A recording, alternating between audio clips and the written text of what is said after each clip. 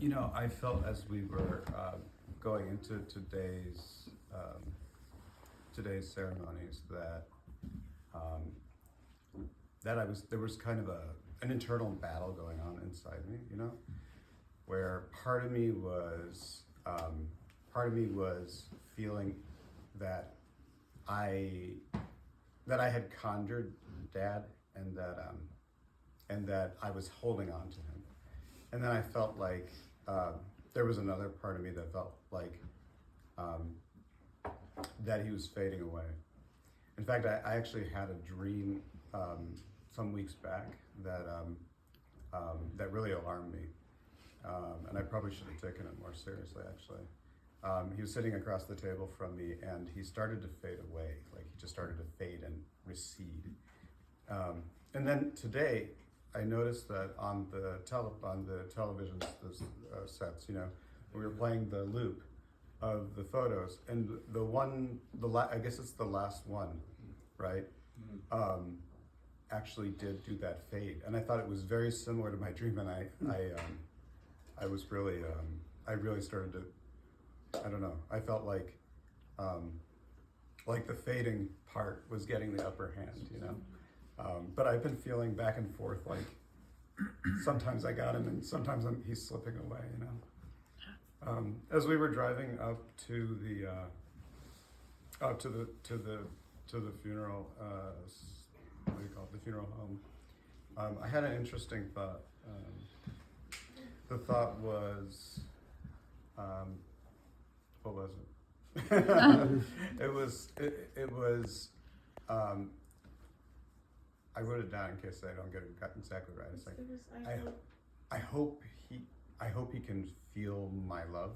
Even now. Even now, right? I hope he can feel my love even now.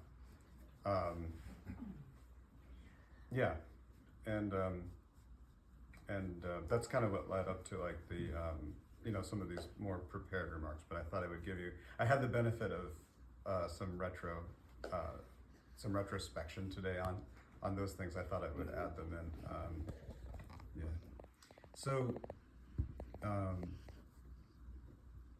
Dad, right? You know, so he's a man who everybody knows him by some different name, right?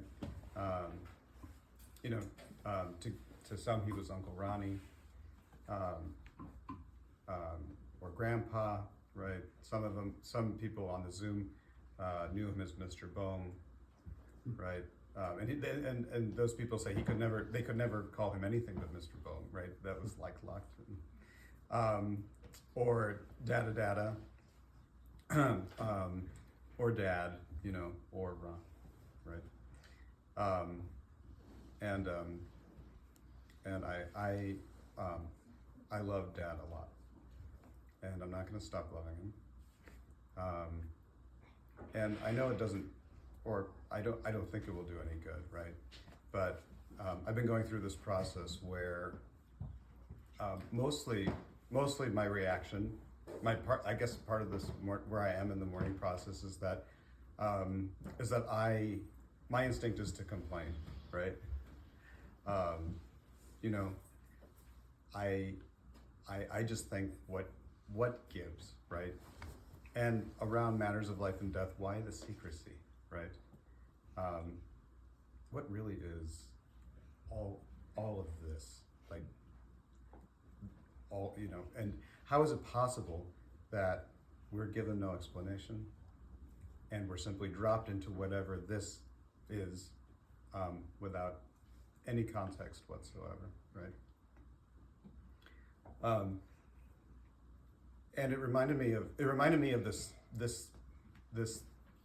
thing, I guess. I don't know what to call it, but when I was young, I had this thing where sometimes I tried to imagine what might be beyond space. The first time it happened, it was in, you know, my childhood house at the sink in the downstairs bathroom, and I imagined space went on for a really long time, and then and that beyond space there was this kind of just like, I don't know what to call it, just white, and I'm not sure if the white was finite or infinite, but I guess I'm pretty sure that it was finite. And then when I would think about that, I would get this crazy rush of fear that it would just like hit my heart. Because I realized that what I was thinking about wasn't hypothetical, and that there were words accompanying this shooting pain in my heart, right? And that it was panic, really. It was like this is life, and it's hard to explain what that meant, but it meant it was meaning like it's not hypothetical. It means the problem that I'm thinking about is the real thing. It's the big thing, and I couldn't locate the white anywhere, and so I felt like that meant we were maybe kind of nowhere. And then I also thought, but if we were nowhere, then wouldn't that nowhere have to be located somewhere? And then I kind of thought maybe that meant we were actually kind of like just lost, in a state of whatever you would call it, like a state of unbeing, that where it was assured, our impossibility was assured. Like I had just proven that, like this whole everything, the everything was impossible. And when it was a thought that only came, for a moment. When I had that all in my head at once, it would completely freak me out. Maybe, I don't know why I thought of that story, except maybe that's how I'm feeling now, right? And it's something that I do like. I do think about it. I do think about it every once in a while.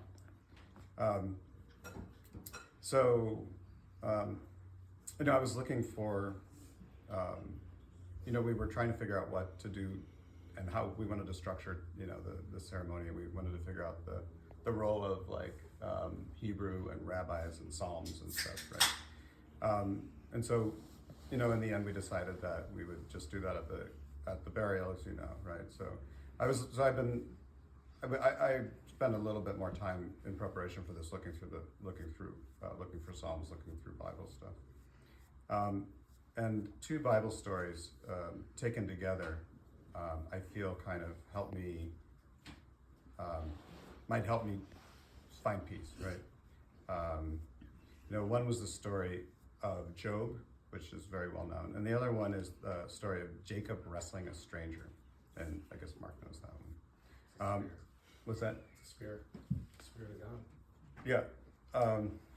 Okay, but don't do any interpretations yet. Okay, just hold that. Just hold that. Okay. So, I feel like I have a lot in common with Job, because when God takes away everything, he complains, kind of the way I feel like I'm doing right now, right? He says, what gives, right? Just like I do, and why does it have to work this way? And you'd think that God would tell him, right? But God doesn't. Instead, God humbles him, and he just, and in the end, God leaves all the context and explanations to Job's imagination. And in the end, Job actually does pass God's tests, because despite the lack of information that Job has to work with, he doesn't curse and turn away from God, and I think you could extrapolate that he doesn't turn away from existence, right? And to put it another way, this state of affairs, of existing, at its essence, it's a test of imagination, right? Existence depends largely on the imagination with which we suffuse it. And then the story about Jacob is that he's he wrestles a stranger until daybreak, and later comes to realize that the stranger was God. And then, like Job, this is God's way of testing Jacob.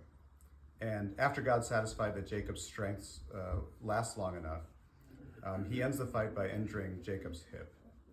But Jacob won't let go of the stranger until he gives Jacob his blessing, which the stranger ultimately does.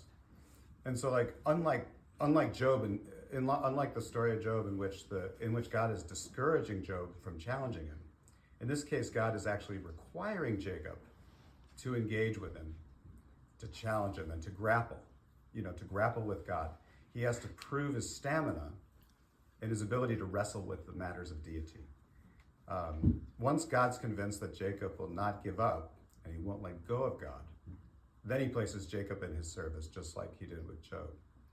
And I felt like if we take these two stories together, we can say that, as absurd as it may seem, about how little we can know about the very basics of our own existence, we can still redouble our efforts to place ourselves in the service of imagination and grapple with the difficulty and frustration of our predicament, and not turn away from being, or even our possible non-being, and to hold on to something that's larger than ourselves and not let go.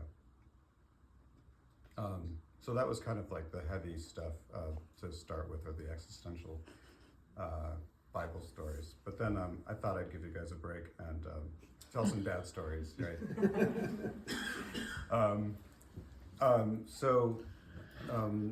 These are in no order, and I don't know which. Maybe I should. If I had better judgment, I would probably skip some. Don't use good judgment. Okay. I won't use good judgment. The first one comes from Joe Poulos, who was kind of like another brother to us. And these were his words. He said, "He was extremely tolerant of me being around all the time. I'm not sure why, but in hindsight, it was a kind thing to do." And that's funny because I had never really thought of that. Like, it wasn't actually that normal that Dad let this kid in and just be there all the time, right? Here's another one. Dad felt entitled, or he felt like he should be allowed to speak. He called it, "Hey, it's my one social vice." And I associated it with a story he told about when he was young and he was stopped by a policeman, and the policeman apparently had a funny way of speaking. He said, "Son, you gotta learn to keep your foot off the accelerator," And I said, I think Stu, I don't know if Stu remembers this story. Well, we asked him what his reply was to this policeman, and Dad explained, "My reply was, 'Thank you very much. Now may I put my heart back in my chest where it belongs.'" Let's see. Now this one has come up today a lot, but not really explained like this. So, when he was an executive for Playboy, he received a constant stream of complimentary magazines, and my parents felt there was nothing shameful about him, and so they kept them in a bookcase in the upstairs hall. And Stuart and I, having no other frame of reference, thought, really, we didn't think anything of this, right? But when our friends from the neighborhood would come around, they felt like they acted as if they hit the jackpot, and they couldn't believe their luck, right? And we were always like, "Wait, what? Why?" We didn't know that this wasn't in every house, right? Eventually, the stash, this collection of magazines has a real history. You thought that was the end of that story? No, it's not. Eventually, the stash grew quite large and ended up in storage in the Northbrook house. So Stu and Joe, I wasn't part of this at all, was I?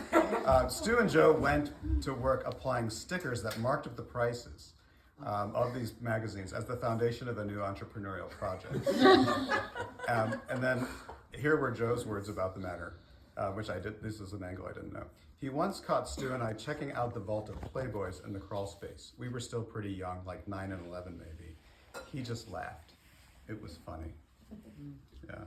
Later, my brother Mark would implement a variation on that business model of selling magazines and basically offer. First of all, the stash had been much depleted. He was working with a much less stash, right? But instead of selling them, he offered them for 10 cents a peek. So it was a different business model where you didn't have to give up the magazine. Kind of like iTunes. As Stuart mentioned, Dad couldn't cook at all. I mean, really. It's really hard to find someone who really can't cook at all. And Stuart gave some good details on Harry's meatloaf. I actually had blocked out that memory, and I guess it was really traumatic. But what I remember was that I once had a whole meal that consisted of just one bite of his London broil because it took 45 minutes to chew that.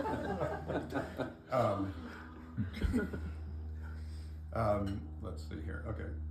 This is kind of funny. When I was 15, Dad went on a business trip and asked, the Poulos family was like very present, I guess, in our lives, and still is. He went on a business trip and asked the Poulos family to host me. And the Poulos family accepted, but they thought it was preposterous to stuff one more person into their house when there was like a whole empty house across the street. So Pete and I lived in my house basically unsupervised for a week. And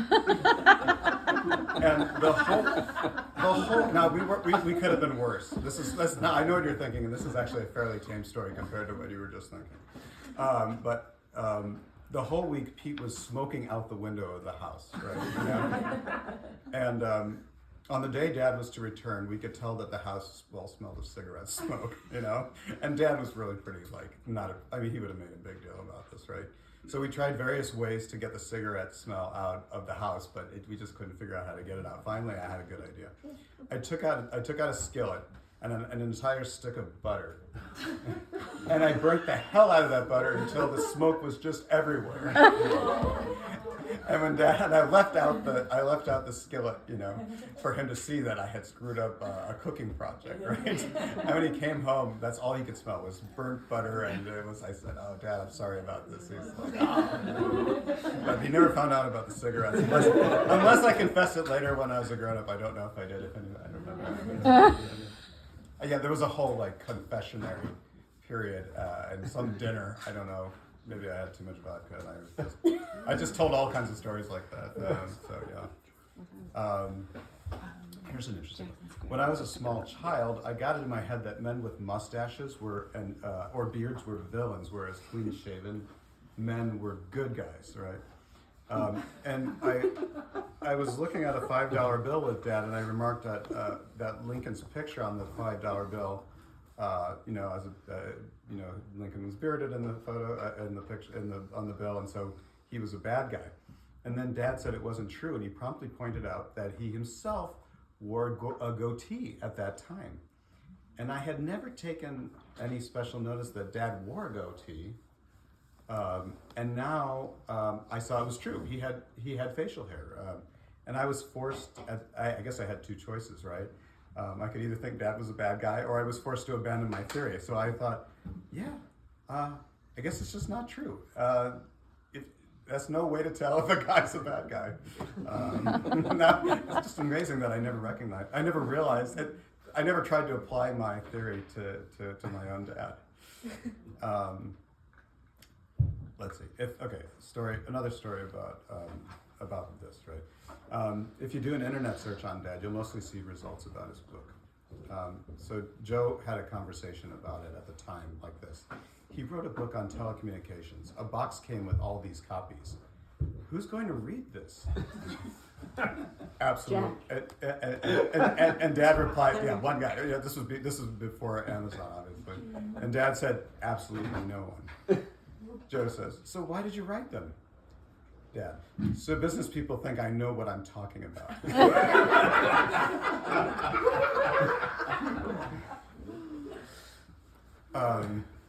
Let's see. Okay, this is a really good one. Very, very touching, actually. It's like really close to my heart. When we moved to the Northbrook house, I had misgivings that my carpet was green and Stuart's was red, because I decided that the red looked way better. And we'd already had our assigned room. So I went to Dad, and he was lying down in his bedroom, and I told him, what was troubling me.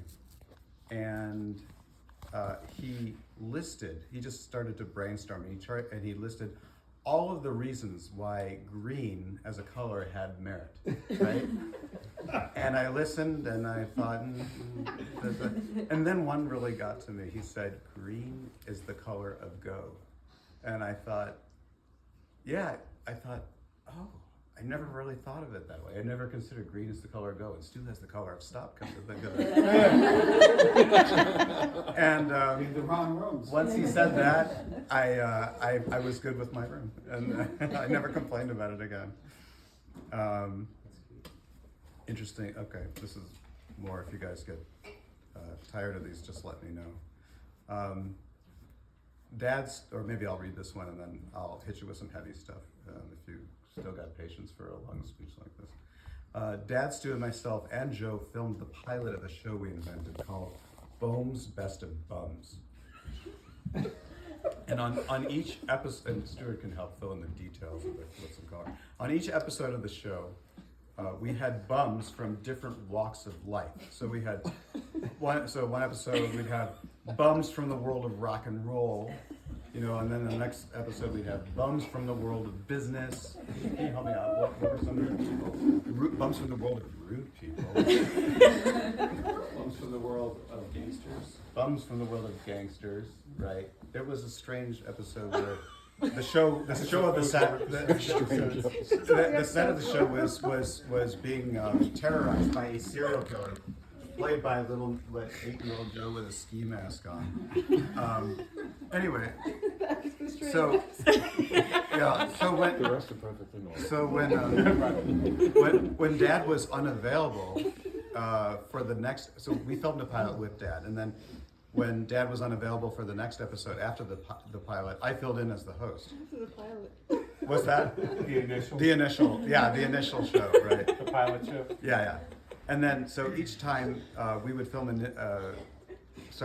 I filled in starting on that second episode, and it became comical because every episode, Dad, I guess his availability changed, and he was never available, never around. And every episode that we ever filmed after that, I said, "This is Matt Bohm filling in for Ron Bohm." Yeah, even though we should have realized that it was a permanent casting change. I don't know why we were so slow to figure out that he wasn't available.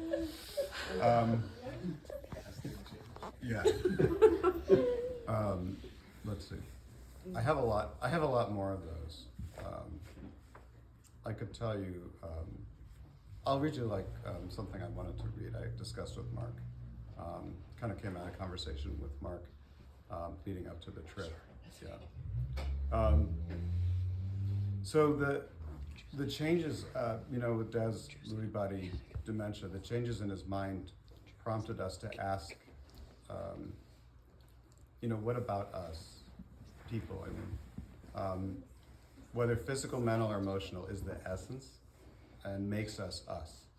And if we don't have it, we're just not us, right?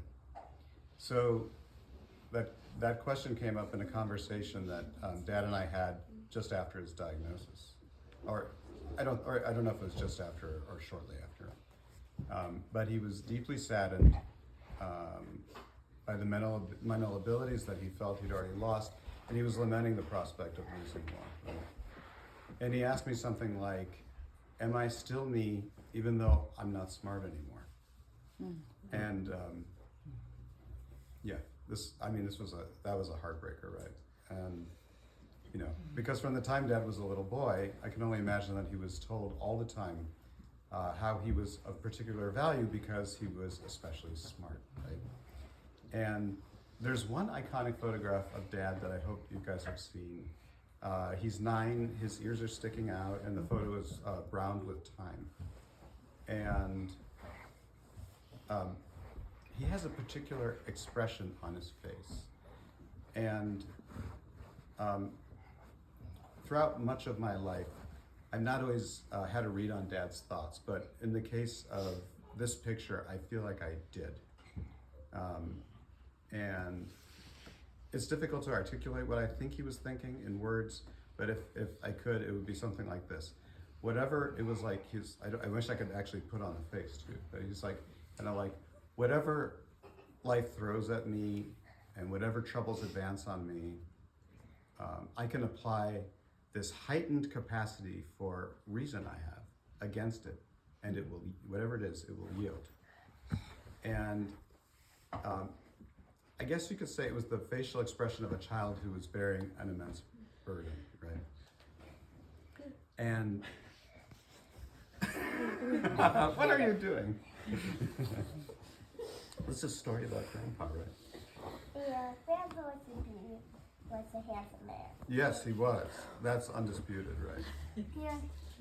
Okay, do you want to hear the story? Yeah. Okay. Right. So I felt like he was bearing an immense burden, and basically life deployed an arsenal of troubling elements, and it was up to my dad to defend them by taking them apart with his smarts, right? and his expression was like it was, above all, it was defensive.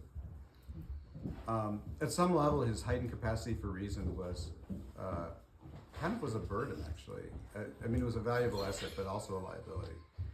And Sorry, it's true. that's okay. True song from school. That's good. Yeah, it's fine. No, it's not safe. So up until Dad's diagnosis, his identity was rooted in being smart, right? But let's see. It's kind of an involved story. Okay, I can pick it back up. So, but up until sometime in his 40s, it wasn't just about Dad being smart, but it was about his being smart making him different from other people. And, you know, the defensive mind with this kind of material tells that what's different about it is that this is a mind that's superior.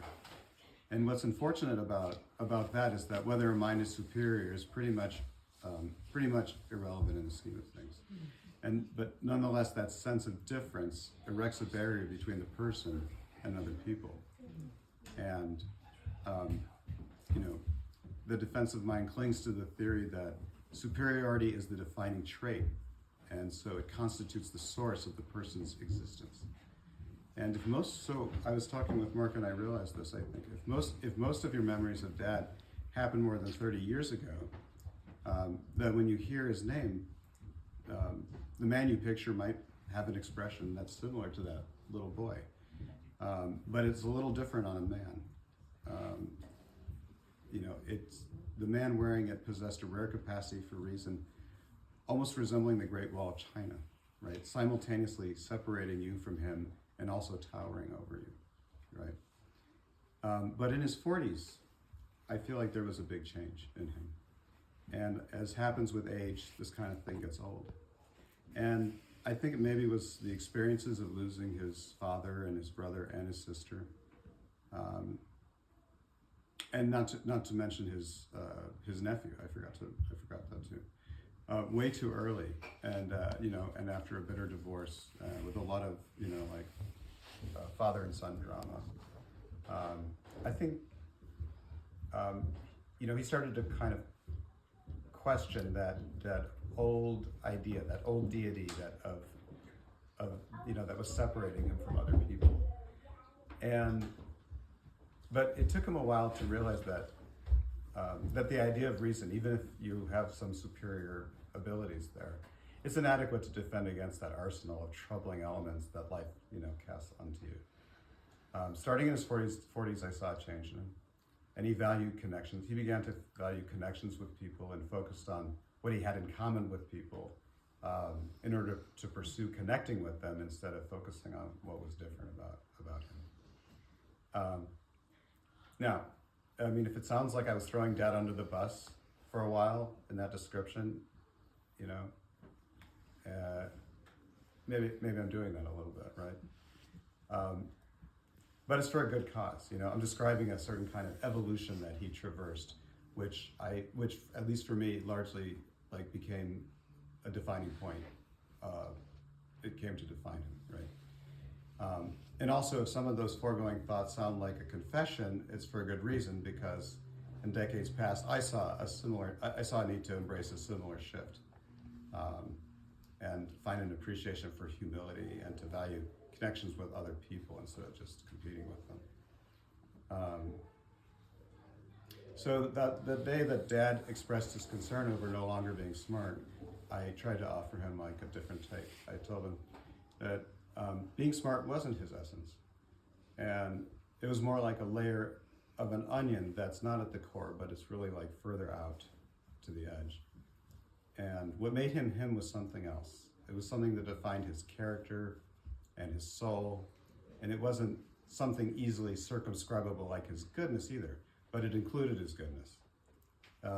It ran deeper than his body, deeper than the physical machine of his mind, and it's something that we have here, right now still, right within the room, if we conjure Dad, right? And it's something that doesn't depart. And as long as I have as long as I have us in that solemn space, there's one more solemn thing, and then I'll go back to some comedy and crowd pleasing. It can be, as I mentioned, it can be difficult to preserve a person's presence with accuracy. Yeah, I was just talking about that. It's too easy to lionize the person or to lose the details, right? So I imagine how it would be. So I try to imagine how it would be to have the person still. And I've done this a lot with Dad. It's been a mental exercise I've been doing since I found out. Trying to think of what he would say and how he would look. Trying to keep it really mundane, like he could walk through the door anytime, and how would it be, right? There's a Twilight Zone episode that's pretty freaky, where there's a grandmother who's really attached to her grandson, and just before, not long before she passes, she gives him a toy phone. And then later on in the episode, it turns out that with that phone, the grandson and even her own son can call and talk to the grandma on the other side. And if I had a phone call like that, if I had a phone like that, I would call Dad ASAP, right? And if it'd be even better if it were capable of video. And so much of my contact with him, in the last months or even years, was over video calls, actually, right? And so I tried to. I bet the call would go like this. I feel like I should almost take out my phone, and make it more realistic, right? It'd be something like, "Hey, Dad, can you hear me?" "Hi, Matt, I can hear you." Wow, I was like, "This is incredible. I can't believe I managed to reach you." He'd say, "Well, I'm glad that you did." The technology has really come a long way.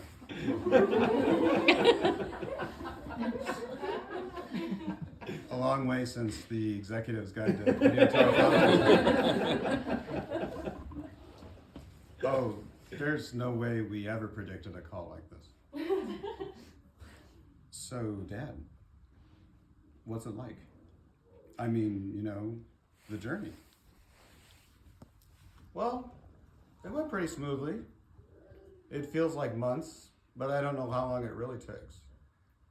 Well, we lost you on Friday, and now it's Thursday. That's hard to believe. So, Dad, I don't have anything to say that I haven't told you before. I love you. And I consider you a very special person. And you have a special energy that, that no one else has. And, there's just no replacing you. There's just one of you. And, I need you. You have this very calm, kind love that you exude, and I just really treasure it. You do the perfect job of being you, and no one else can do it.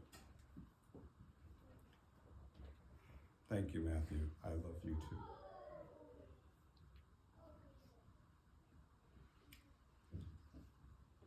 I guess we're gonna do a lot of smiling. I guess so. I'm a little worried because it might be harder to call you now. Well, don't worry about that. If the call fails the first time, just wait a little while and try again. The call will go through. The one bad thing about these calls is that I can't hug you. They need to invent a technology that lets me give you a hug. Well, yes, that would be nice. Yeah. So Matthew, this is a new number. The old one won't work anymore. Yep. I have you in my contacts. Dad, I meant what I said before. You have a special something. You're really easy to love. Well, I'd like to think so. And you're a pretty good singer, too. Well, you're the musician. Okay, Dad. I have your number. You look great, and I love you.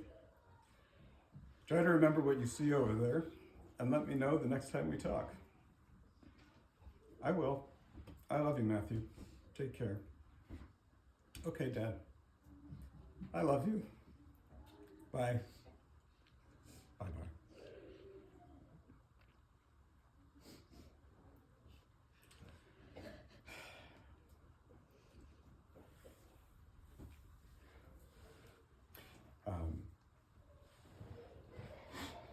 Let's see.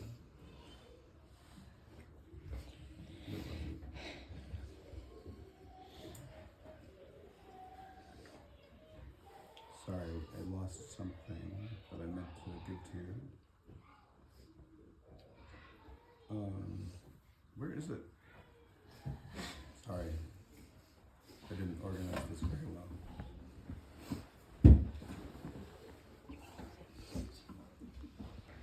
Here it is. So not too long ago, before he died, I had a conversation with Dad that I keep returning to. And it's the last conversation where he seemed to me completely clear-minded. And unlike in other conversations, this one he had no trouble finding words. And I asked him, and he had been unresponsive the day before, but now he seemed really clear-minded, but he was feeling really bad. I said, Dad, how do you feel? And I was sorry to hear his reply, but I was also glad because I knew that when he replied, I was talking entirely to him without any fog, And he just said, Matt, I feel like shit. And that's maybe not the most glamorous words to be remembered by, but in those words, I'm going to remember that conversation for a long time in those words, because in that moment, I really had him entirely in a way that I hadn't necessarily had him for many months, right? And I especially wanted to squeeze his shoulder and to feel that three-dimensional feel instead of just being on that, because it's a Zoom. But something about that shoulder that I really wanted to just hold him. And he was reporting his physical weakness, but all I could see was his strength. Something about the voice, like I feel like shit, but the clarity of his presence. He could be a damn strong, rock of a person, especially when he could sit in the eye of a storm and keep full calm. I think you nailed that one for me earlier. That's something I wanted covered today.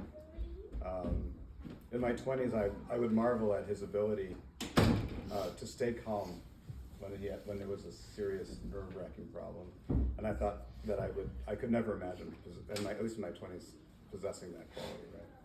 That ability.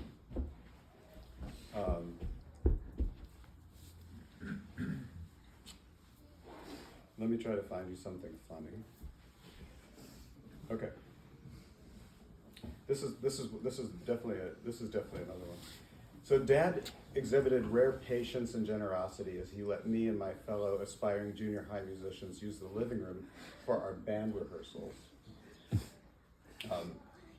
We played badly, we were terrible, and we played loud, and he would just go to the other room and he was just just gritting his teeth and bearing it. In Joe's brother Pete, these were his words that he texted me. I have many fond memories of him and am eternally grateful for his willingness to let us turn the living room into a band space. That had a positive effect on my life. Another memory, Dad and Stu used to argue very heatedly because Dad liked to watch a show known as Perry Mason, and Stu had strong preferences otherwise. I remember it was Dad who taught me how to ride a bike. And I still remember that last push he gave me on Farmington Road that made me go so fast, or so it felt, and then it all came together and I knew how to ride a bike. This is from my friend Jordan. I remember he was the first person I knew who had a home computer, MS-DOS running on a black and green monitor. I remember playing baseball in the street outside your house, and I once connected on a ball he pitched, and it went far enough to impress him, which meant a lot to me. I remember climbing the walls of your house, which your mom didn't like, but I always felt he was secretly supportive of.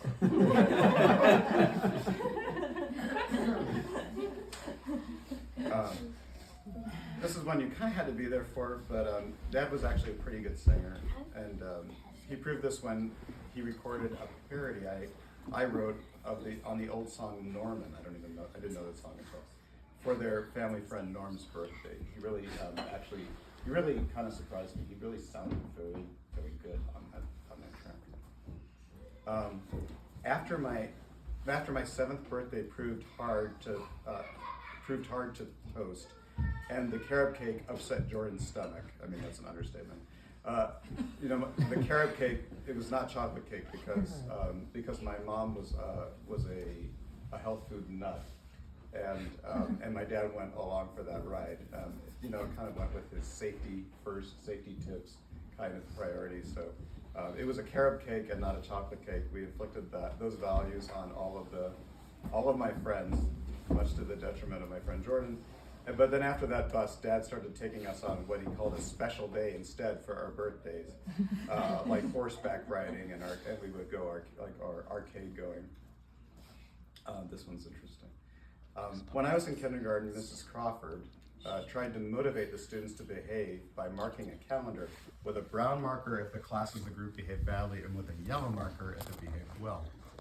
And on those days when she used that brown marker, I got so depressed. I would just fall into despair, and I felt like it was just this thing that marked. It just marked. It was like existential. It just marked the day and the world forever. Like that was a brown day, and you'll never get it back. And so I didn't want to go to school anymore because that was just too depressing. We could get a brown day, and so at first my dad figured it was like individual ratings that I was cracking under the pressure or something. But no, and then he's like, "Bro, really, this is a group thing, and you're getting so upset about it." But he instead of he could have handled it in a number of ways. So the next day when we were going to school, like he went in with me. I did go to school. He went in, took Mrs. Crawford aside, and asked her, told her what I was going through, and he asked her to abandon the practice that she did that. This one is a kind of interesting. Yeah, this is another teacher story.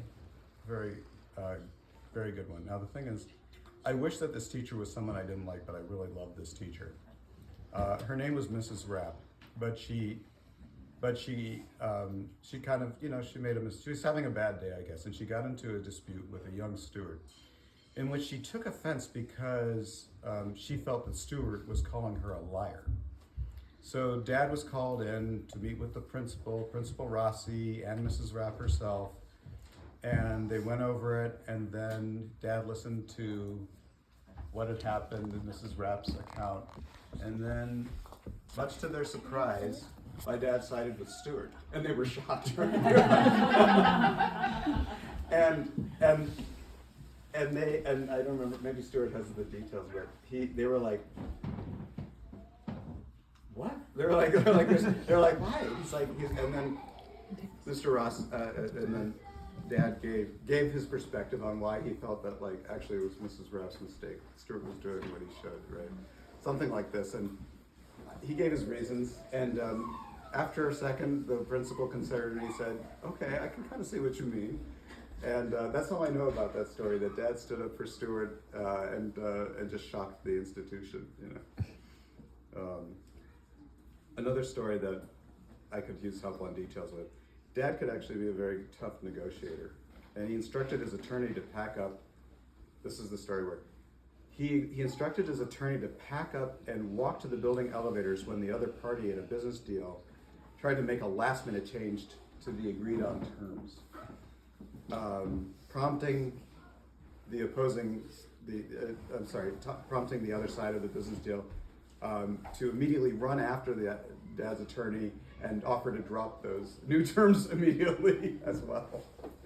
That's just that I always thought that was great because you had the drama of you had the whole physical drama of getting up, not just saying no, we don't accept that, but getting up and going to the elevator to like cause a shock. This one's serious actually. Dad claims that he and a small team programmed one of the first searchable databases. It was a database of movies in Hugh Hefner's private collection. That's like a whole story that I could elongate, but I guess I don't have it in me. And Hefner had called the team there because Hefner could never remember movie titles. I only have I don't know, I have a few more. Okay, here's one.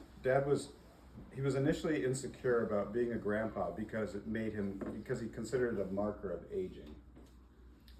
So to compensate, he kicked around the idea of having the grandchildren call him Stud Pa. In the end, he never went with it. He did on Skype. He did on Skype, right? The stud, yeah. I guess I used FaceTime mostly with that. But then when it came time for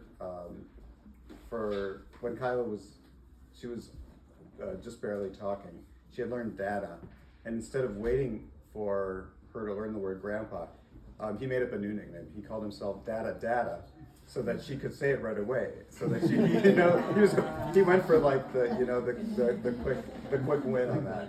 Yeah, but then later, Laura insisted, no, it has to be Grandpa. And then so he ended up with two names depending on which grandchildren he was talking to.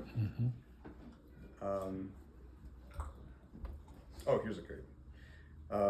We went through a period during which Stu always played the movie The Blues Brothers on repeat when he got home from school. Stuart knew the movie The Blues Brothers better than anyone in the history of the planet Earth. Including the cast. I'm sure. He could recite the movie from beginning to end, and then from the end to the beginning backwards. So Stu challenged Dad. He said, "Say anything, and I will be able to relate it to the Blues Brothers." And Dad and I were like, okay, it doesn't matter if you know every line backwards and forwards. We're thinking, there's no way you can relate just anything in the world to the Blues Brothers.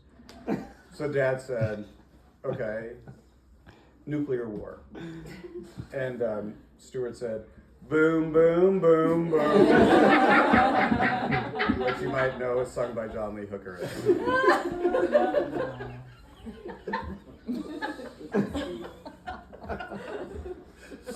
At Edgy's, this is a memory, Dad keeps the dinner guests in line who try to rush Grandpa Mickey's Passover Seder service. That was kind of good.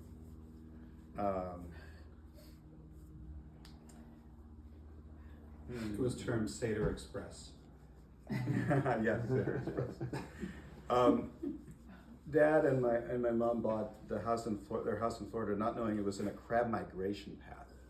I still remember him scraping crabs climbing up our screen door with a broom. That was a really weird memory.